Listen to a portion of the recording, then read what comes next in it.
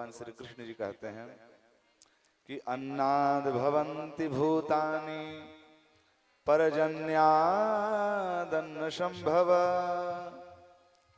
यज्ञात भवति परजन्यो यज्ञ कर्म समुद्भव।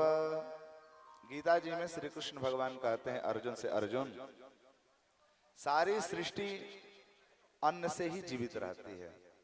सृष्टि में अन्न उत्पन्न होना बंद हो जाए तो प्राणी समाप्त हो जाएंगे, जीव समाप्त हो जाएंगे।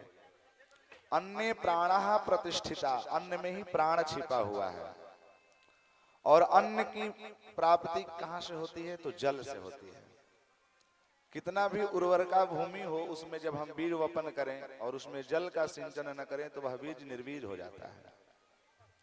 अन्नाद भवन्ति भूतानि यानि भूतानि भवन्ति जीवाः पै सर्वे अन्नाद एव प्रजायन्ते। सब अन्न से ही प्रकट होता है।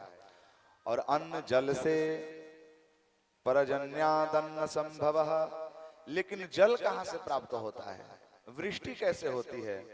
तो यज्ञात भवति परजन्यः, यज्ञ से ही बारिश होती है। और भारतवर्ष के अब ऐसी स्थिति है, कहीं पर जब कथा हो रही हो, पूजा पाठ हो रहा है तो लोग कहते हैं बारिश हो रही है। अरे भाई होगी ही नहीं। ये भारतवर्ष में इतने यज्ञ ही हो रहे हैं, इतने यज्ञ ही हो रहे हैं कि भगवान से रहा ही नहीं जा रहा है, बरसना प्रारंभ हो जाते हैं। बोलिए भक्तवत्सल भगवान की। आप किसी भी गली में जाएं, किसी भी क्षेत्र में जाएं, वहां पर कहीं ना कहीं स्वाहाकार स्वाहाकार वैदिक मंत्रों का उच्चारण आपके कर्णों में सुनाई देगा ही देगा। यहाँ पर भी लक्ष्मी नारायण महायज्ञ मैं अभी श्रवण करता हूँ। यहाँ से भी आप देखते होंगे कि गली में एकदम चारों तरफ माइक लगी हुई है। प्रत्येक लोगों के प्रातः काल में ही कर्णों में वैदिक मंत्रों का स्पर्श होना प्रारंभ हो जाता है।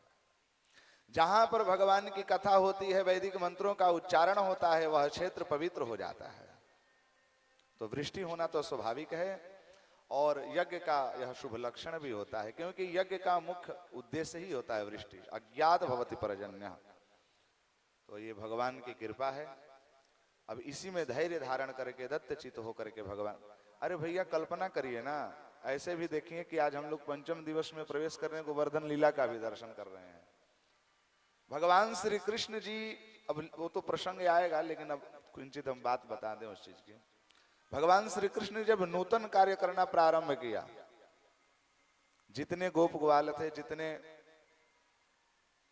गोप थे, सब लोग प्रतिवर्ष इंद्र की पूजा करते थे, इंद्र का अर्चन करते थे। लेकिन भगवान श्री कृष्ण के कहने पर वो लोग, उन लोगों ने गोवर्धन का पूजन किया और वृष्टि होना प्रारंभ हो गई। इंद्र कुपित हो गया था।